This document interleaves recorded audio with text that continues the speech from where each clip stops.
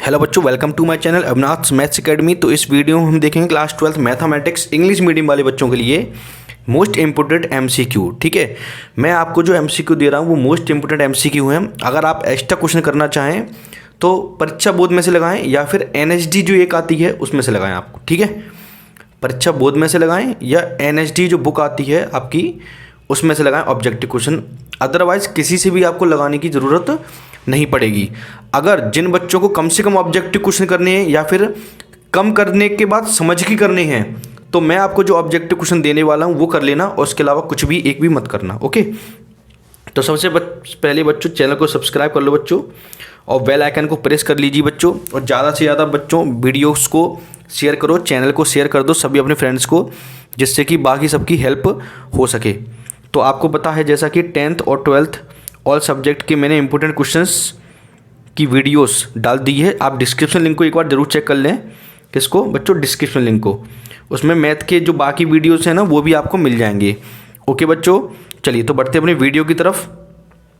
तो सबसे पहले मैं बताने वाला हूँ उसमें 12th mathematics MP board 2023 board exam के लिए most important MCQs with answers. ठीक है, तो ये आपके जो टिक लगे होंगे इन पर ध्यान मत देना, जो मैं आपको आंसर शीट दूंगा उन पर ध्यान देना। हो सकता है इनमें से कुछ गलत हो सकते हैं, अगर कुछ गलत होते हैं तो आप मुझे ज़रूर कमेंट करके बताएं।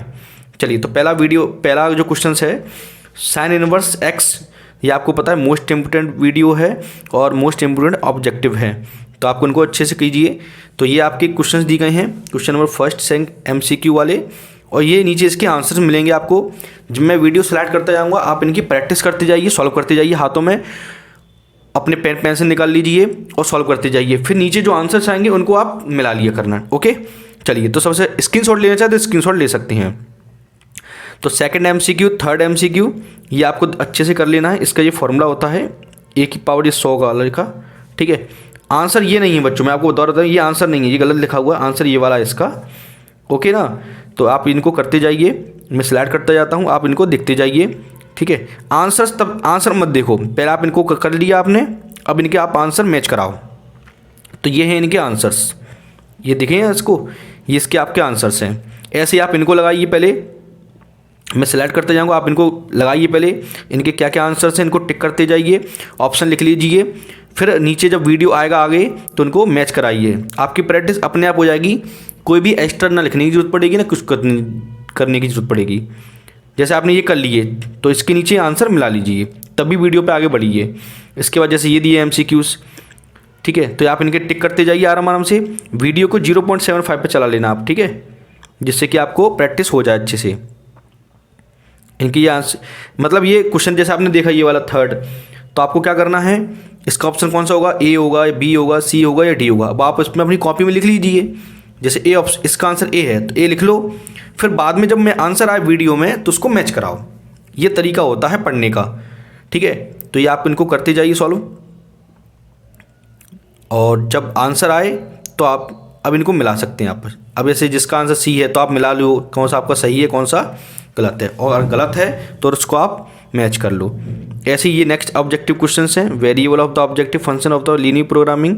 ठीक है, वीडियो बहुत बड़ा हो जाएगा तो अब मैं आपको जल्दी से जल्दी करता जाता हूँ, जिससे कि आपको दिख रहे होंगे 40 पेजेस हैं टोटल। ठीक है, तो आप देखते जाएंगे कि करके, हो सकता है कुछ इसमें आउट ऑफ सिलेबस हों। ठीक है, क्योंकि ज़्यादातर क्वेश्चंस तो नहीं होंगे, पर मैंने फिर भी छांट के लिखे हैं। आपको टेंशन मत लीजिए, ये जो नीचे क्वेश्चन दिए नीचे आंसर दिए गए हैं तो उनको आप ज़रूर देखते जाइए फटाफट से और इनको करते जाइए। तो वीडियो करके इनका आपके आंसर टिक करते जाइए और मिलाते जाना, नीचे आंसर दिए गए हैं उनको मिलाते जाना और आप आंसर टिक करते जाना, जिससे कि आपको आसानी से इनकी प्रैक्टिस हो सके। ठीक है, जैसे कि ये फिल इन द ब्लैंक्स हैं बच्चों, तो पहले में क्या आएगा वो आप लिख लो, क्या आना चाहिए, सेकंड में क्या आएगा लिख लो, थर्ड में क्या आएगा लिख लो, फोर्थ में क्या आएगा लिख लो, फाइव्थ में आंसर आएगा लिख लो, जो नहीं आ रहा उसको छोड़ दो। फिर जब नीचे आंसर आए तो इनको मिलाओ, इससे मिलाओ अब, तो आपको पता चल जाएगा और प्रैक्टिस भी हो जाएगी इसके साथ साथ। ठीक है ना बच्चों, ये फिल इन द ब्लैंक्स हैं, नीचे इसके आंसर्स हैं और फिल इन द ब्लैंक्स दे रहा हूँ मैं आपको। तो कोशिश मैंने ये की है कि 32 में से 32 ही ऑब्जेक्टिव क्वेश्चन इसमें से आ जाएँ। ठीक है, थंबनेल जरूर ऐसा है कि 32 में से पक्का यहीं से आएगा। पक्का का मतलब यहाँ पर ये है कि अगर कोई भी ऑब्जेक्टिव क्वेश्चन आएगा तो इस जैसा नहीं आए, इस जैसा आ जाएगा, ये नहीं आए तो क्या होगा, इस जैसा ऑब्जेक्टिव तो जरूर आना ही आना है, इसका तो पक्का गारंटी ले रहा हूँ मैं आपके साथ में, ठीक है। तो ये तो क्लियर है, इनमें से ही आएगा, इसके अलावा नहीं पूछा जाएगा। तो आप इसका तो बिल्कुल कतई ध्यान रखें। बिल्कुल नीचे आंसर दी गए हैं इनके, इनको आप करते जाइए और मिलाते जाइए, ठीक है।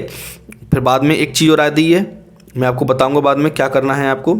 अब जैसे मैचिंग्स हैं, तो इंटीग्रेशन में मैचिंग के कुछ फॉर्मूले हैं, 9-10 फॉर्मूले हैं, ये वाले दिख रहे हैं आपको। ये आप अब सुनो, अब मैं इनकी महिमा बताता हूँ आपको। ये फॉर्मूले आपके 10 नंबर के हैं, मैचिंग तो 6 नंबर की आएंगी, इसमें से 7 नंबर की, पर ये 10 नंबर की क्यों है, मोस्ट इंपोर्टेंट बात है, सुन लेना अच्छे से। पहली बात, इन फॉर्मूले को याद करने से, जो 9-10 फॉर्मूले हैं, इन फॉर्मूले को याद करने से आपकी मैचिंग हो जाएगी।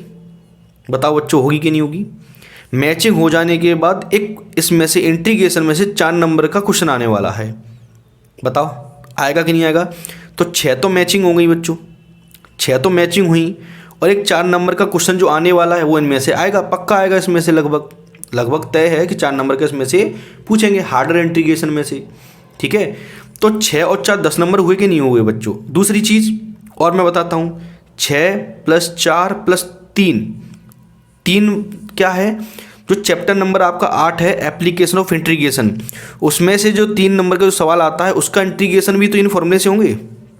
बताओ आप, चैप्टर नंबर 8 में से एप्लीकेशन ऑफ इंटीग्रेशन में से भी जो क्वेश्चन आता है वो इनके ऊपर ही तो आता है इंटीग्रेशन। तो बताओ कितना फ़ायदा हुआ, 6 नंबर का हुआ, 4 नंबर का हुआ और 3 नंबर का हुआ।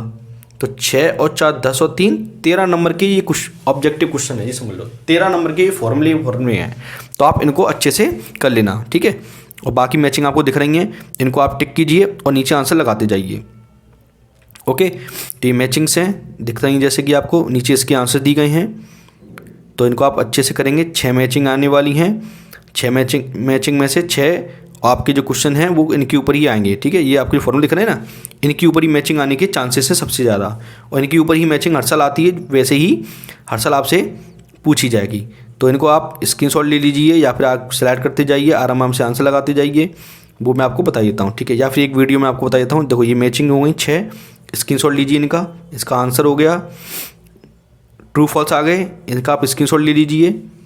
इसके बाद बाकी के ट्रू फॉल्स आ गए, जो नीचे इसके इनसे आंसर हैं, इसका स्क्रीनशॉट ले लीजिए।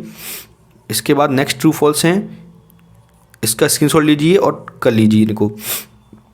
एक इसका स्क्रीनशॉट ले लीजिए, फटाफट से करता जाता हूँ, इसका स्क्रीनशॉट लीजिए, एक स्क्रीनशॉट इसका भी ज़रूर लीजिए आप, ये क्वेश्चंस, ठीक है। और ये नीचे इसके आंसर्स, इनको आप पहले सॉल्व कीजिए, फिर ये इसके आंसर्स, इनको अगर आप सॉल्व करके और इनका आंसर टिक कर सकते हैं, ट्रू फॉल्स हैं, ठीक है। ये आपके स्टार्ट होते हैं 1 वर्ड्स, तो 1 वर्ड इसके नीचे आंसर दिए गए हैं एक एक करके, 1 वर्ड में तो उसके नीचे ही आंसर आपको प्रोवाइड कराए गए हैं, ठीक है, देख सकते हैं आप आराम से।